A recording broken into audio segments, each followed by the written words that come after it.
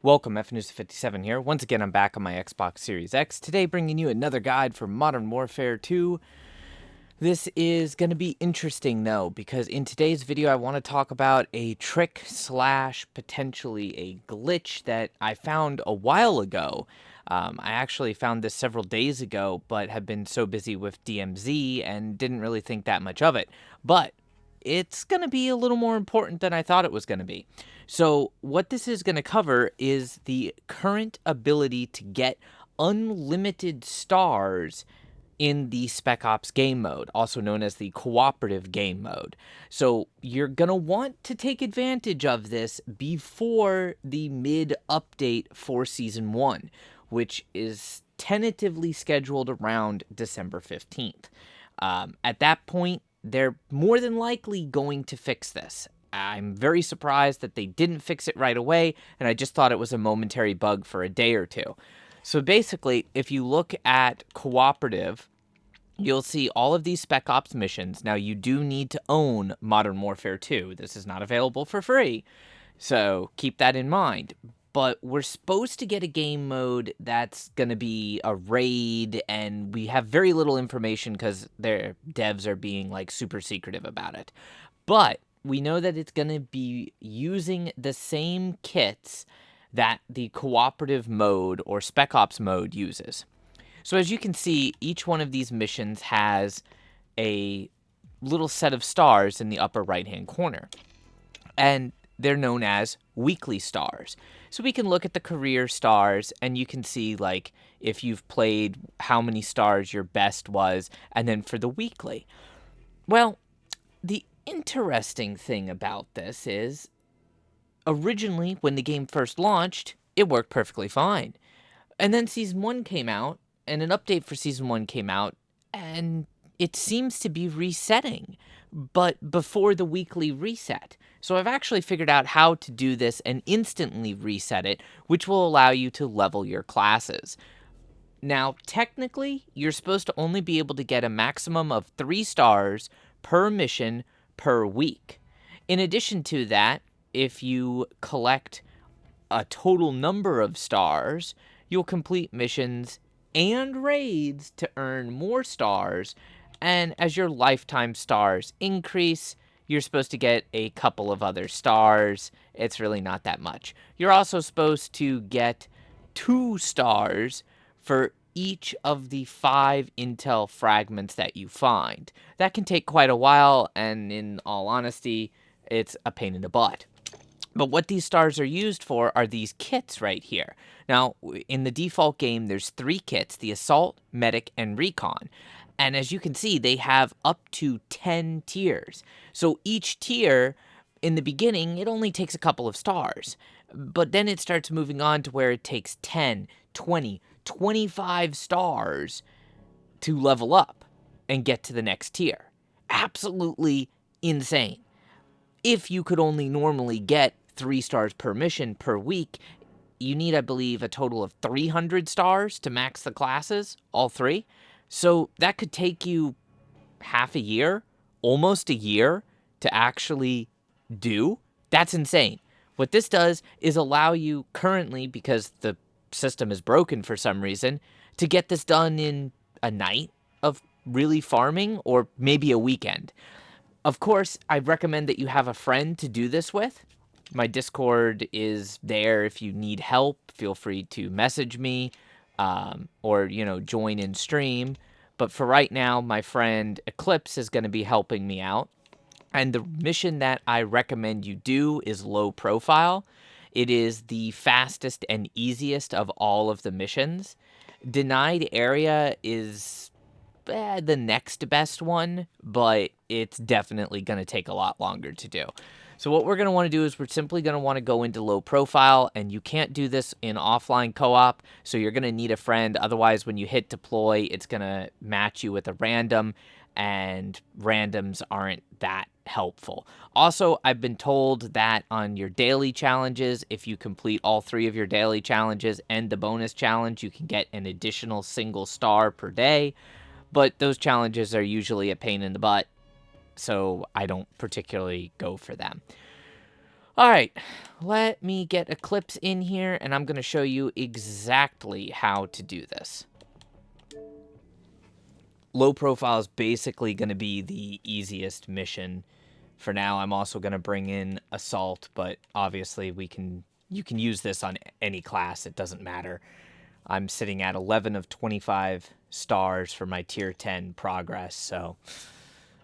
And I'm going to leave the loading time in. Normally people edit it out, but this way I can't have anybody say, oh, you edited it and you didn't really get the stars. You somehow used like Photoshop or something. So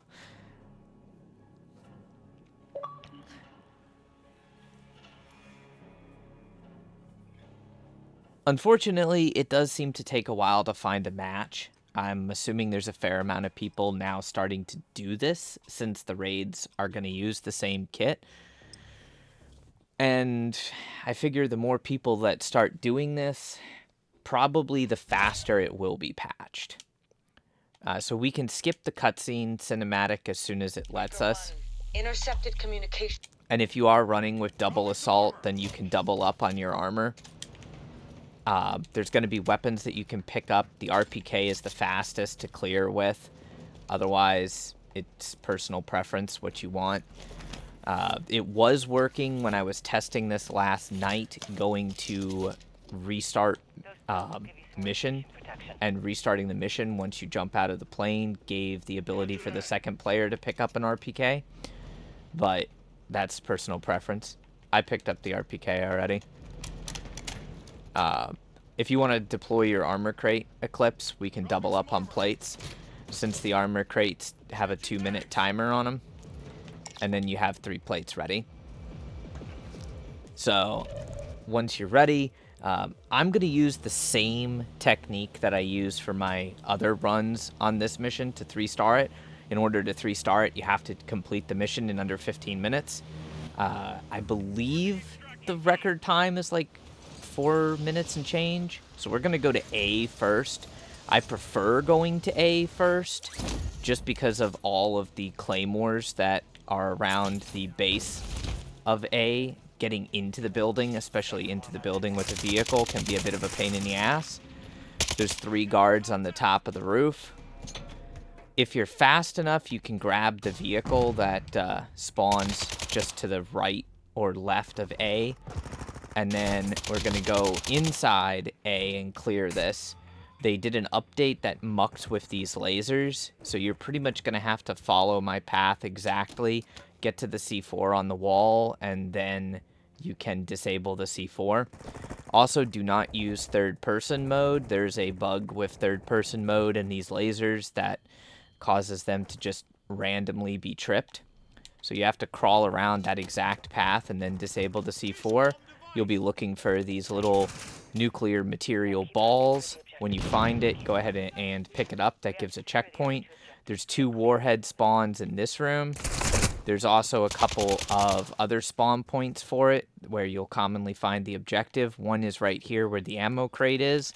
You can get the ammo crate. If you have to get over this, you can kind of just keep dry humping that sofa until you can get over it and then disarm the C4. I don't recommend coming in from the staircase because there's C4 on the staircase. Next up is going to be going to B, at which point you have 2 options. You can either split your team and run one person to B, one person to C, or you can just both stick together and go for the objective. I think it's a little bit easier if you stick together, but it's personal preference at the end of the day. At some point, you will need to pick up a vehicle. So you can either get into combat with the vehicle in front of B, or you can get into combat with the vehicle just after B. It's personal preference at the end of the day. You'll probably hear me say that a lot. If we get into combat here, you'll notice that a vehicle gets dropped off, and at that point I would recommend that one player stay to grab that vehicle, and then you could split off and go to C, but there is a juggernaut at C, Unlike the DMZ game mode, you can still run the Juggernaut over with the vehicle, so that makes dealing with the Juggernaut a lot easier. I will show another spot that allows you to deal with the Juggernaut without the vehicle, and basically he can't hit you there. Coming around to the back side of the barracks works the easiest. If you want, plant a claymore at the front door, but then you can come up to the top, drop down into this room, and you'll be on the top floor. And then you just have to fight your way out. There's a spawn for the nuclear material right here in this room. There's also another spawn point over here next to the ammo crate, and another one in the room. You have to be a little bit slow, and that's why you don't like to split up, because the AI is nuts. I was almost had him, but yeah. You have a little bit of time. There's a bunch of enemies in this building.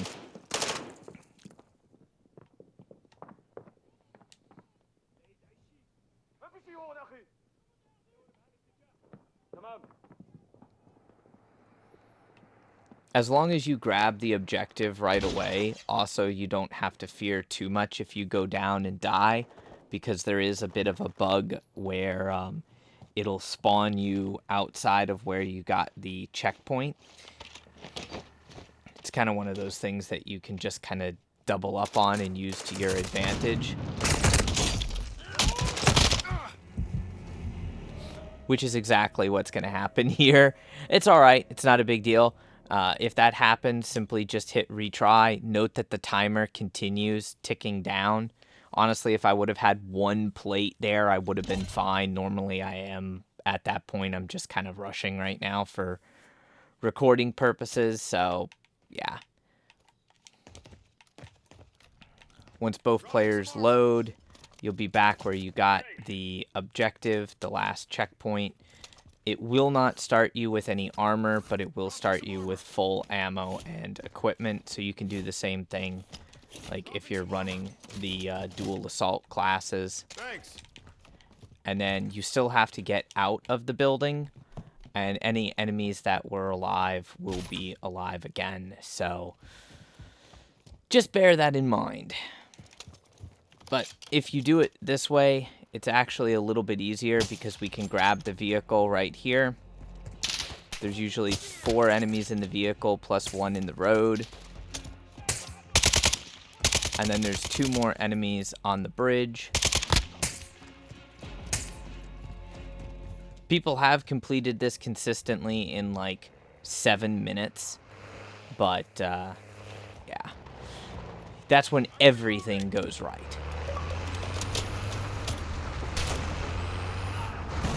You're a lot harder to hit in a vehicle, so you should take the vehicle anyways. And then you just have to go around C and try to find the Juggernaut. It's usually in the back, run him over. And then most of the time, this big building is the one that actually will be where we need to go. I went into the wrong one, but this one right here with the ammo crate out front. This is the larger building. There's a spawn right there by the table for the nuclear material. If it's not there, check upstairs. You can use your Geiger counter, but usually it's in this building. Grab that. That gives you your checkpoint.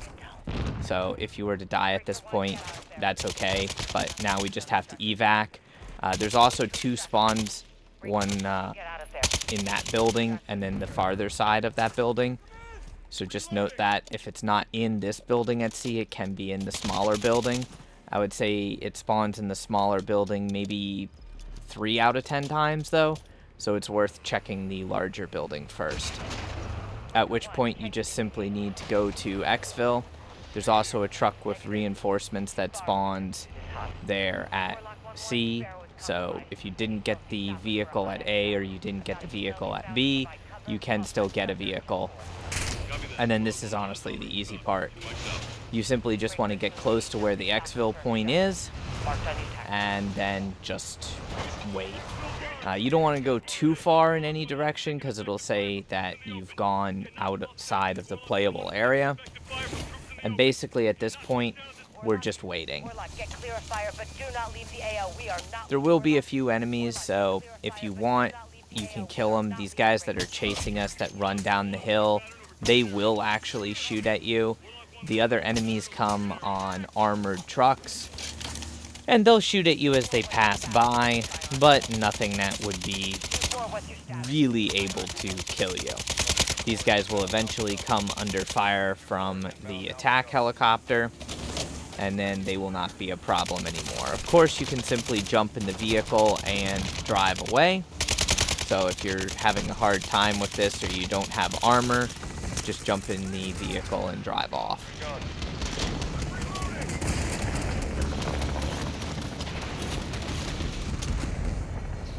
I would say conservatively, you could easily complete this mission around the 10-minute mark, especially the more times you do it, and if you're playing with the same person, you'll both be used to where the enemies are and how each other plays, so that'll make it a lot easier for you to complete it faster. But still, you're looking at like 15 stars an hour as opposed to like 15 stars a week. And then once you're on the chopper, you still have a few seconds before the timer actually stops, which is kind of weird, but this still should be like no more than a 12-minute run, I think, even with us having to restart. Actually, 9 minutes and 32 seconds. So you'll see that we have the 3 stars there, and now this is the trick right here at this screen. Just keep going back to the main menu. Do not let it actually go through the display screen where it shows you all of your rewards and everything. Do not let it load you back to the loading into cooperative game mode. If you do it correctly like I did, which is honestly pretty darn easy to do, then you'll be able to see that your weekly stars have increased. And if we click on the weekly stars, you'll see that for the mission low profile, my personal best is still 3 stars, yet my weekly stars are blank as if I have not run that mission at all. And you can continue to do this over and over again. So there you go. You see my assault class, tier 10, progress, 14 of 25 stars. And when I started, that was at 11 of 25. It will take you a bit of grinding, but you could easily max these classes well before December 15th if you get started on this now, as long as they don't patch it. So hopefully the guide helped you out. If you have any questions, feel free to ask. I'll do my best to help you guys out. If you did enjoy the video, then do me a huge favor. Maybe consider smashing that like button and subscribing for more content. With that being said, keep in mind that the best upgrades for most of these classes are Tier 3 and Tier 5. So you'll want to try to at least get Tier 3 and Tier 5. Like Tier 3 on the Assault class is you get the Assault Suit once per mission, which you gain full armor plus 60% health. And then on the Medic, Tier 3 is begin with a Self-Revive, and you get a Bomb Drone at Tier 5. On Recon, that's actually really helpful because Tier 3, you begin with a Sentry Gun kill streak and a Cluster Mine kill streak, and then Tier 5, you recharge your lethal and tactical equipment every 60 seconds. So that's better for a long, drawn-out fight. Most of the classes currently, the Tier 7 and Tier 10 perks really don't look that impressive. But if you wanted to go ahead and max them out in a weekend as opposed to waiting an entire year or at least 6 months to do it, I would definitely take advantage of this. Till next time, stay frosty.